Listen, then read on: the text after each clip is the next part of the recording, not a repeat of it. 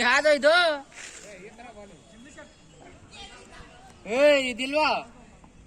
medium ನಾವು ಅಷ್ಟಿಗಲ್ಲಿ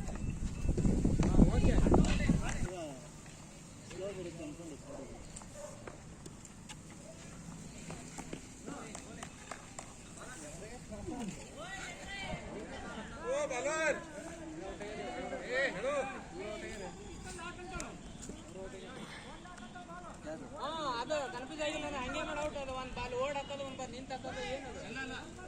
ಹಂಗೆ ಐತಿ ನಾನು